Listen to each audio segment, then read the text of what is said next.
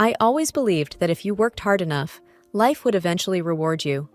I guess that's what made me Miranda Thompson, top of my class in law school and engaged to the love of my life, Michael. He was everything I thought I wanted: smart, charming, and ambitious. We met in a constitutional law class, and it didn't take long for our study sessions to turn into late-night talks about our future together. Can you believe it, Miranda? In just a week, you'll be Mrs. Miranda Richardson, Michael said, his eyes sparkling with excitement as he wrapped his arms around me. I laughed, leaning into his embrace. I still can't believe you convinced me to take your last name, but yes, I can't wait. But beneath the surface of our perfect little world, there were cracks.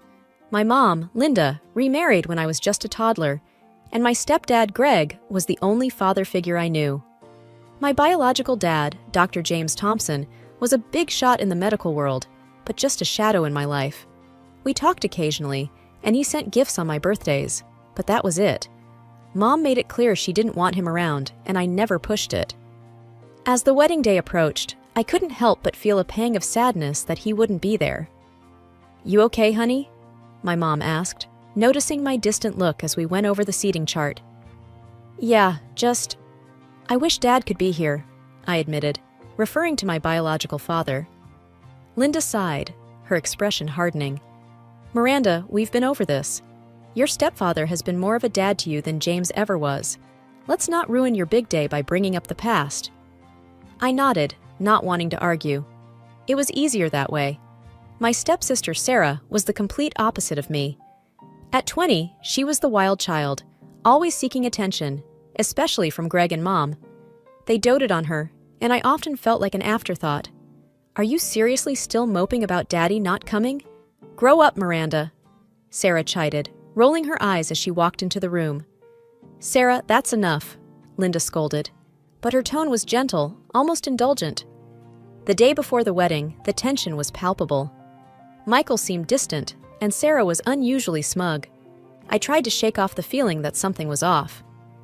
"Hey, are you sure you're okay?" I asked Michael as we were setting up the venue. He forced a smile. "Just pre-wedding jitters, babe. Everything's going to be perfect." I wanted to believe him, but something in the pit of my stomach told me otherwise. I wish I had listened to that feeling.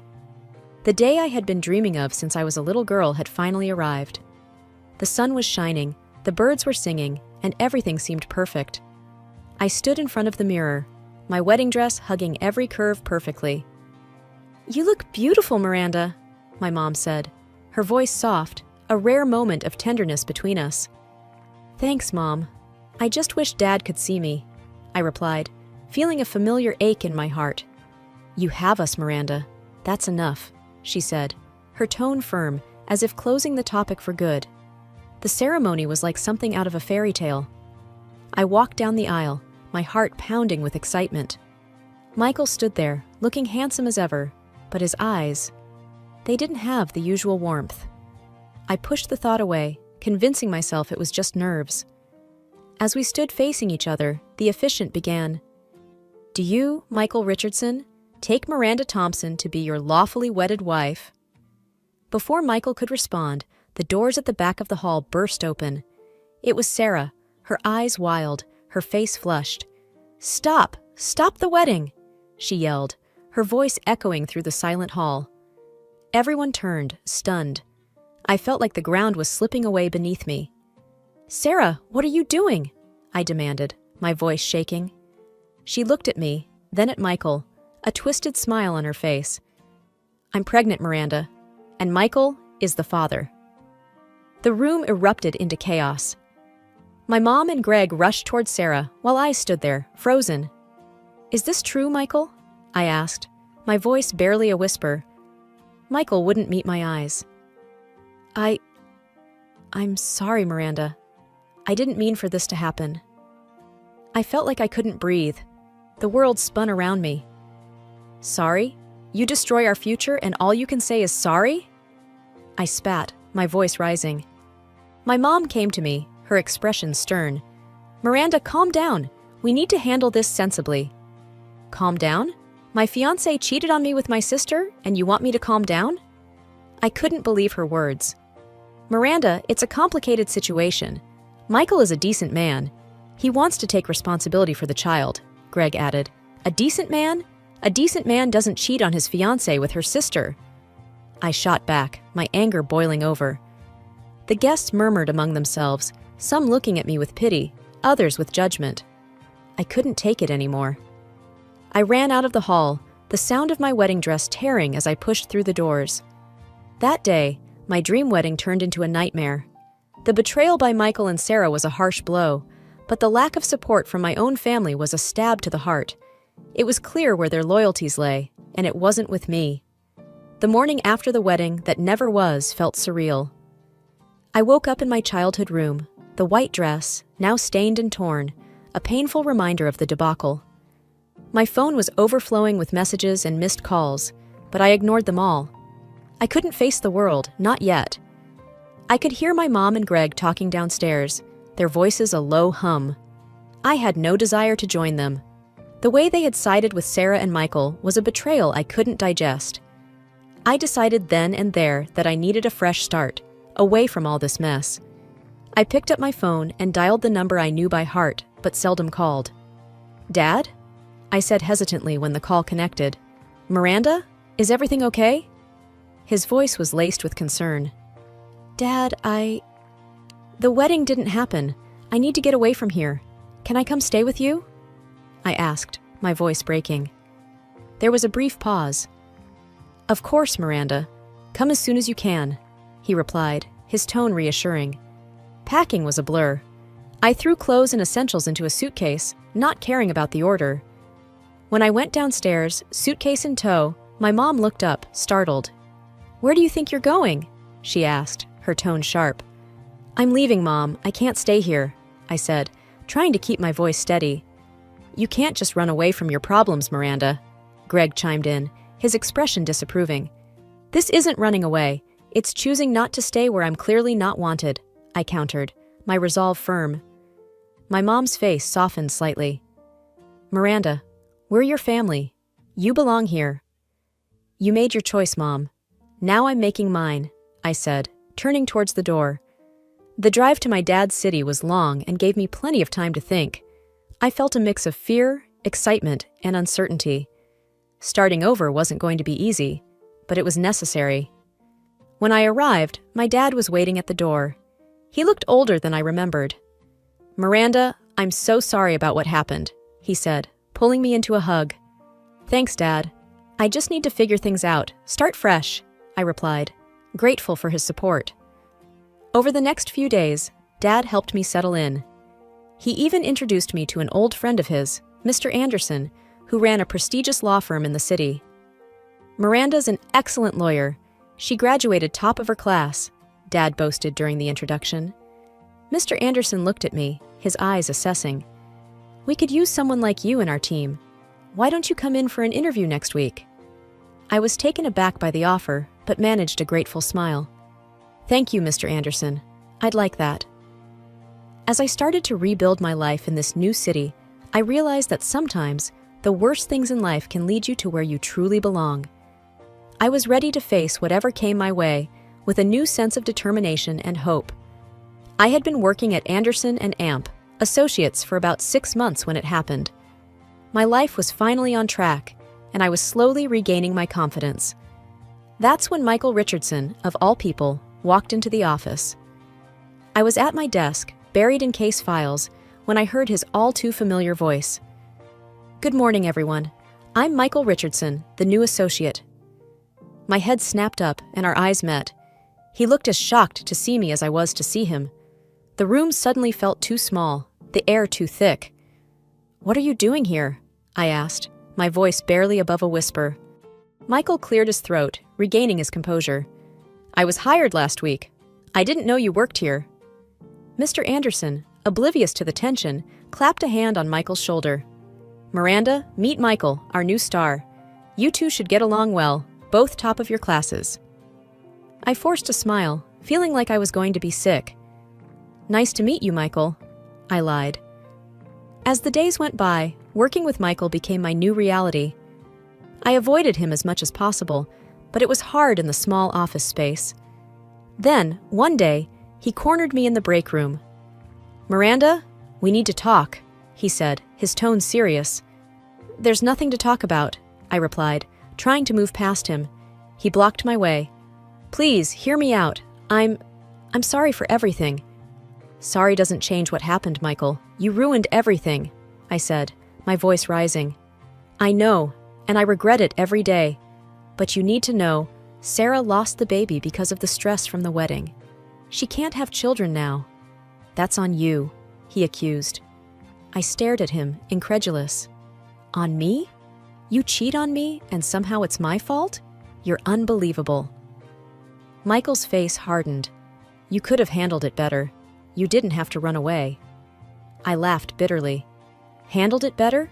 You destroyed my life, Michael. You and Sarah. Don't you dare put that on me." He opened his mouth to respond, but I didn't want to hear it. I pushed past him and left the room. The nerve of him, blaming me for his and Sarah's actions. It was like a slap in the face, a reminder of the pain and humiliation I had gone through. As I sat back at my desk, trying to calm my racing heart, I realized this was just the beginning. Working with Michael was going to be a challenge, but I was determined not to let him get to me. I had come too far to be dragged down by his guilt and manipulations. The annual corporate party at Anderson and Amp Associates was something I had been looking forward to, a chance to let loose and celebrate our hard work. That was until I found out Michael and his sister Sarah would be there. I had managed to avoid Sarah since the disaster of a wedding, and the thought of facing her now twisted my stomach into knots.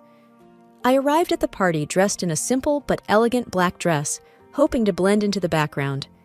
The atmosphere was lively, with music playing and colleagues laughing. I was grabbing a drink when I heard a familiar, grating voice.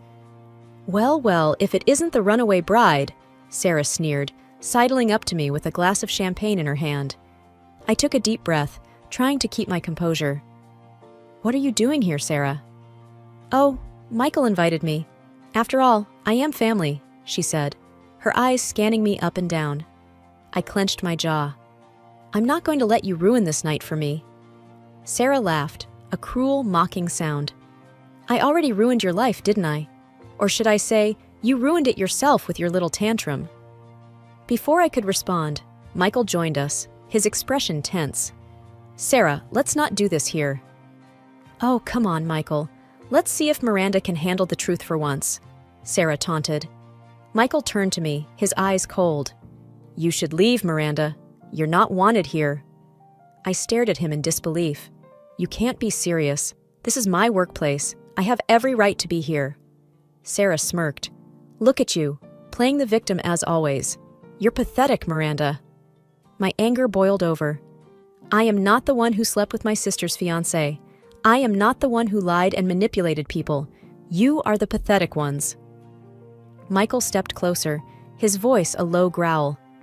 "You need to watch your mouth, Miranda. You're walking on thin ice." I met his gaze, unflinching. "I'm not afraid of you, Michael, or my twisted sister." Just then, Mr. Anderson appeared, sensing the tension. "Is everything all right here?" he asked, looking between us. I took a deep breath, trying to calm my racing heart. "Yes, Mr. Anderson, everything is fine. I was just leaving." As I walked away, I could feel their eyes on my back, but I held my head high. I wouldn't let them see how much they affected me. I wouldn't give them that satisfaction. That night, as I lay in bed, I realized that this was far from over. Michael and Sarah were determined to make my life difficult, but I was just as determined to stand my ground. I wouldn't let them break me, not again. The atmosphere in the team was tense. I felt the stares of my colleagues, heard their whispers, which became quieter as I passed by. Michael tried to tell everyone his version of events. It was painful, because I am a victim of that story, and from his words, I turned into a sophisticated sadist, because of which my sister suffered. My boss, Mr. Anderson, supported me, and that was the most important thing. Without his support, I would not have been able to work in such a toxic atmosphere. The only one who didn't know about all this was my father, but that dinner changed everything. Halfway through the meal, my dad, sensing my discomfort, quietly asked, "Miranda, you seem troubled. What's on your mind?" I hesitated, not sure if I should bring it up, but I needed answers. It's about Sarah and Michael, I began, my voice low. They've been telling everyone that I caused Sarah's miscarriage, that the stress from the wedding was too much for her. Dad's expression changed, a mix of concern and something else, hesitation maybe. Miranda, as a doctor, I'm bound by medical ethics, but you're my daughter, and you deserve the truth. I leaned in, my heart pounding. What truth, Dad? He took a deep breath. Sarah came to me a while back. She was having trouble getting pregnant. But Miranda, she didn't have a miscarriage. She had an abortion. She chose to end the pregnancy herself. The words hit me like a physical blow. An abortion? But why would she lie about that? Dad shook his head, his expression pained. I don't know, Miranda, but she was very clear about her decision. The room seemed to spin around me. Sarah's lies, the deceit, it was deeper than I ever imagined. I felt a surge of anger, not just at her, but at myself for believing her, for letting her words hurt me. I excused myself from the table, my mind racing. I couldn't confront Sarah or Michael, not yet. I needed a plan, a way to expose her lies without causing more drama. It had to be cunning, something that would reveal the truth in a way they couldn't deny. As I drove back home, ideas started to form in my mind. Sarah had played us all for fools, but I wasn't going to let her get away with it. It was time to turn the tables. Armed with the truth about Sarah, I knew I had to act smart. I couldn't just blurt out what I knew. It needed to be strategic, undeniable. That's when the idea of a sting operation came to me.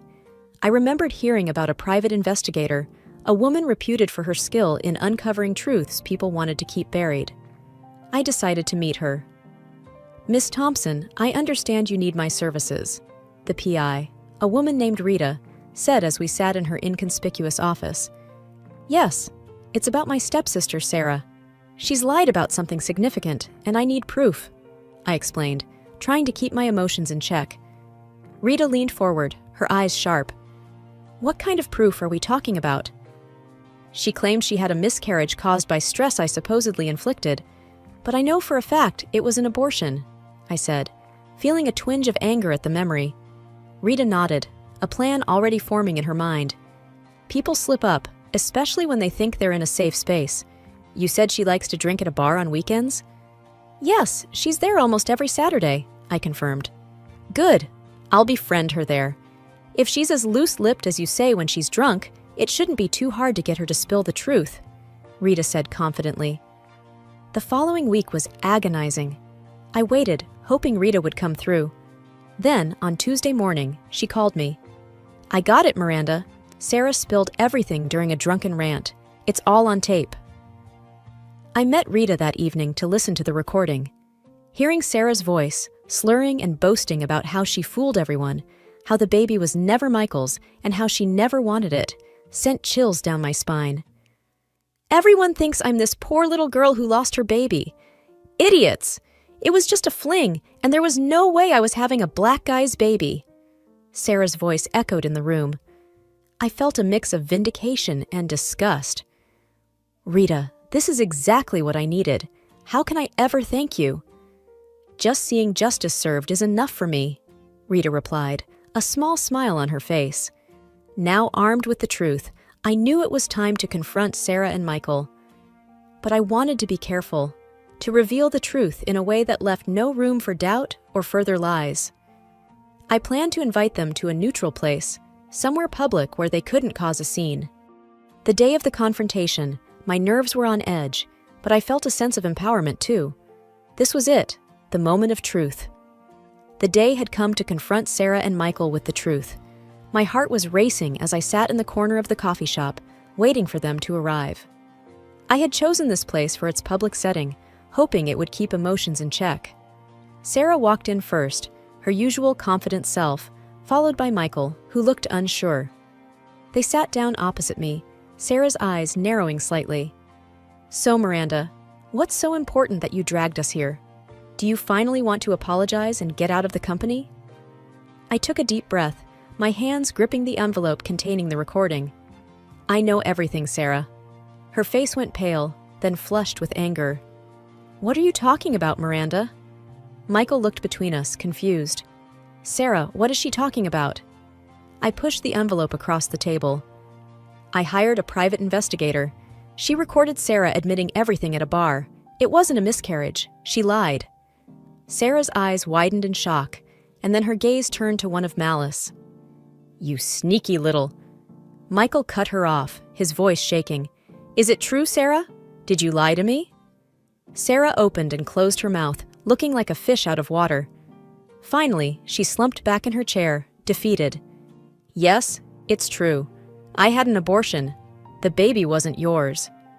Michael looked like he had been punched in the gut. He turned to me. Miranda, I'm so sorry. I didn't know. I'll file for divorce, and maybe we... I looked at him, feeling a strange sense of detachment. Your apology doesn't change what happened, Michael, but at least now you know the truth. Sarah stood up abruptly, her chair screeching against the floor. This isn't over, Miranda. You'll regret this. But I didn't feel scared.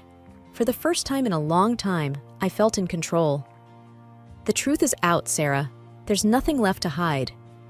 As they left the coffee shop, keeping their distance from each other, I remained seated, feeling a weight lift off my shoulders. It was finally over. The lies, the deceit, the pain, it was all out in the open. The next day at work, word had spread about the confrontation. Colleagues who had once looked at me with pity and contempt now greeted me with respect. Mr. Anderson called me into his office, a look of concern on his face. Miranda, I heard about what happened. Are you okay? He asked, genuine worry in his tone. I smiled, feeling a sense of peace. Yes, Mr. Anderson, I'm more than okay. I'm free. As I walked back to my desk, I felt a new sense of purpose. I had faced my demons, and I had come out stronger. My past no longer defined me. I was ready to move on, to build a future on my terms.